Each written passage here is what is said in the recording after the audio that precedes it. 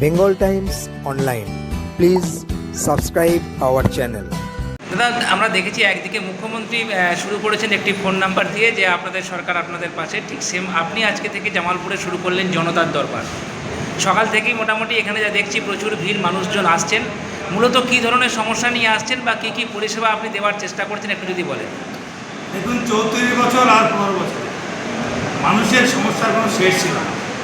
মানুষের কাছে আমরা প্রতিশ্রুতিবদ্ধ ছিলাম যে আমরা এটা একটা মানুষের সরকার হবে, জনতার সরকার হবে।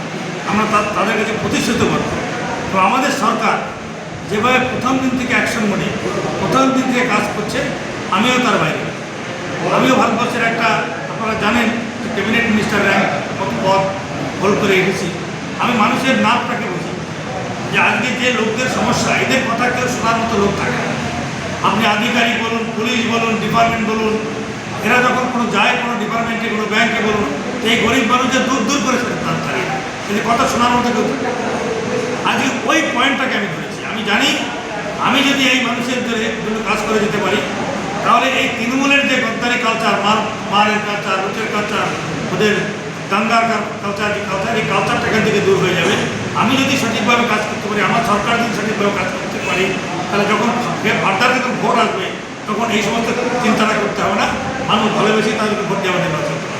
একজন নির্বাচিত প্রতিনিধি হিসাবে এখানে যে কাজ শুরু করেছি আমি, প্রথম দিনেই এত সারা। আমি জানতাম মানুষের মধ্যে বহুত প্রবলেম আছে, তো সেই প্রবলেমগুলোর সঙ্গে সঙ্গে এবং আমি অন দ্য স্পট সমাধান করতে বিশ্বাস করি। এই ঘুরানো আজকে আসুন কালকে আসলে বিশ্বাস করি না। আমি সেইভাবেই কাজ শুরু করে দিয়েছি। দেখলাম অনেক জাতিগত শংসাপত্র নিয়ে অনেক সমস্যা নিয়ে আসছে, কি দেখলেন এটা? দেখুন, এখানেও এই যে ওবিসি সার্টিফিকেট নিয়ে প্রবলেম, আমি এখনই মন্ত্রীকে ফোন করলাম ডাইরেক্ট, আমাদের মাননীয় মন্ত্রী প্রতিরাম করতে। সমস্যাটা কী আছে উনিও বললেন, এই যে ওবিসি সার্টিফিকেট ARB, এটা নিয়ে অনেক ঘাবলা করে রেখেছিল। এই ঘাবলাটা এখন কোর্ট থেকেই শেষ হয়ে গেছে। ইমিডিয়েটলি সরকার নতুন অর্ডার পাস করবে, সেখানে ওবিসি সার্টিফিকেট আমার চালু হয়ে যাবে। এর আগে সরকার মাত্র 1 মাসও হতে পারলো না, রেজাল্ট বেরোলো প্রায় 1 মাস।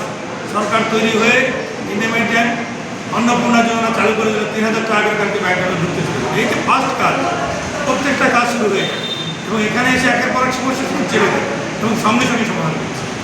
আপনার নিজের তো কার্যালয় আপনি উদ্বোধন করেই দিয়েছেন, এখানে মোটামুটি আপনার এই জনতার দরবার কী মানে কীভাবে চলবে, মানুষ কীভাবে আসবে, কতদিন পাবে, আপনাকে যদি একটু বলেন। এখানে আমি আপাতত আজকে থেকে শুরু করলাম। এবার এখানকার মানুষের চাহিদা অনুযায়ী ডেটটাকে ঠিক করতে হবে। কারণ আমি তো নিজে সব দিন এখানে বসতে পারবো না, কারণ আমাকে সংগঠনের কাজে বা পার্টির দলের বিভিন্ন মিটিং আমাকে অ্যাটেন্ড করতে হয়, কলকাতায় যেতে হয়। এরপরে আবার অ্যাসেম্বলি শুরু হয়ে যাবে, সেখানে আমাকে প্রতিদিন থাকতে হবে। তো আমি একটা পুরো সেট আপ তৈরি করে দিয়েছি যে লোকদের এখান থেকে ফিরে যেতে হবে।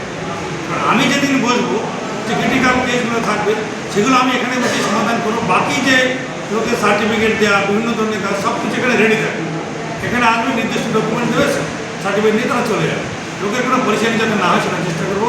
আর আমিও যত বেশি সম্ভব সময় এখানে লোকের জন্য দিতে পারি, ততটাই আমি দেওয়ার চেষ্টা করবো, যাতে মানুষের কাজ হবে।